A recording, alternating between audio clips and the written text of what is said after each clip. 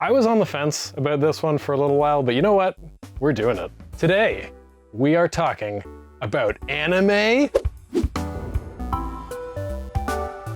bullshit. Anime bullshit is the term that I've given affectionately to a certain style of games, usually visual novels. They are games that at their core have some dialogue I should say, background art, and usually some music, and that's pretty much it. Sometimes the dialogue is spoken, but most often it's written. The art quality varies wildly. For example, this is some of the original artwork for Higurashi, which is a very popular visual novel. And this is the more modern artwork, and you can kind of see there's a pretty big difference in the quality of the artwork. Also, look at some of these backgrounds. They're just straight up photos. Come on.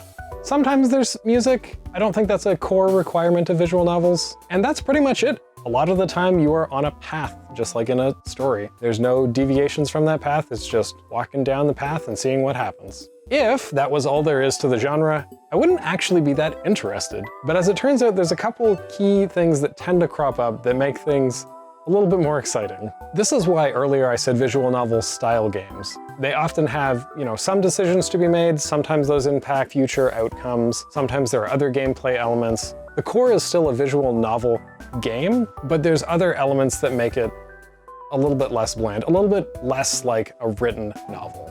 Sometimes that can even just be the addition of animation. Interesting choice. Actually having the characters move meaningfully on the screen. You might be saying to yourself, Nick, that's not fair. These are pretty solid games, and I don't understand why you're calling them anime bullshit. And to that I'd say, yeah, I agree, they're pretty solid. One of the reasons that I call them anime bullshit is they're pretty tropesy. There's usually an amnesiac, edgelord character, or the waifu, the pretentious rich kid, happy-go-lucky doesn't know what's going on character, the tough guy but actually has a heart of gold or is like really a softie, the character who is way too horny on main, inexplicable samurai/ninja, the yakuza. I'm literally just looking up characters from Danganronpa right now. Oftentimes there's a lot of different tropesy characters and tropesy elements to the story that you are playing.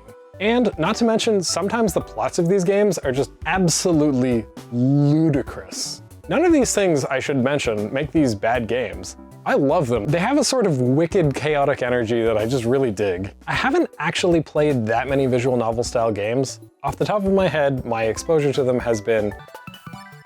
I haven't played all of these games. Some of it is just watching other people's streams. From what I've played and watched, they're just fascinating as a genre of games. In terms of the experience, they fit somewhere in this niche between being a book and a movie and a game and provide unique benefits that don't apply to any of those individually. If you're talking about them from a development perspective, it is way easier to make a visual novel than to make an entire game. Games are hard, mind you, they're really hard, but there's tools that exist specifically for visual novels, and the kinds of decisions that you need to make are less challenging. Again, still very hard to make a game, but easier than some other kinds of games. They are wacky, as I mentioned. You get topics that you wouldn't see in a lot of other games, possibly because they're hard to cover in other kinds of games. And I cannot understate this.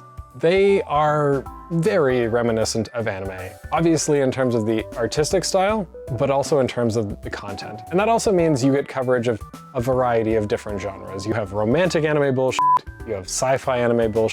It covers the entire spectrum of anime bullshit. Plus, if you have the right group of friends, they're even something you can play with in a group so you can have that shared what the f*** experience. Once again, I've been splattered with disgrace! Why do you keep using these words? One downside, and this is true of many different games, is that they tend to be long. I have a bunch of anime bullshit games on my to-play list, and I've kind of avoided them because they tend to be 30+ hour games. Anyway, I love anime bullshit. And I hope that I find more anime bullshit to play so that I can share it with you. We are really coming up on the end here, man. Thank goodness. Tomorrow.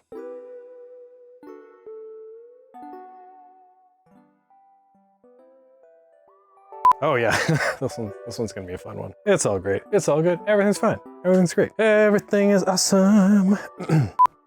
Yeah, I'm gonna fucking do this. I'm gonna Pumi's make his way out so that I can share it with you.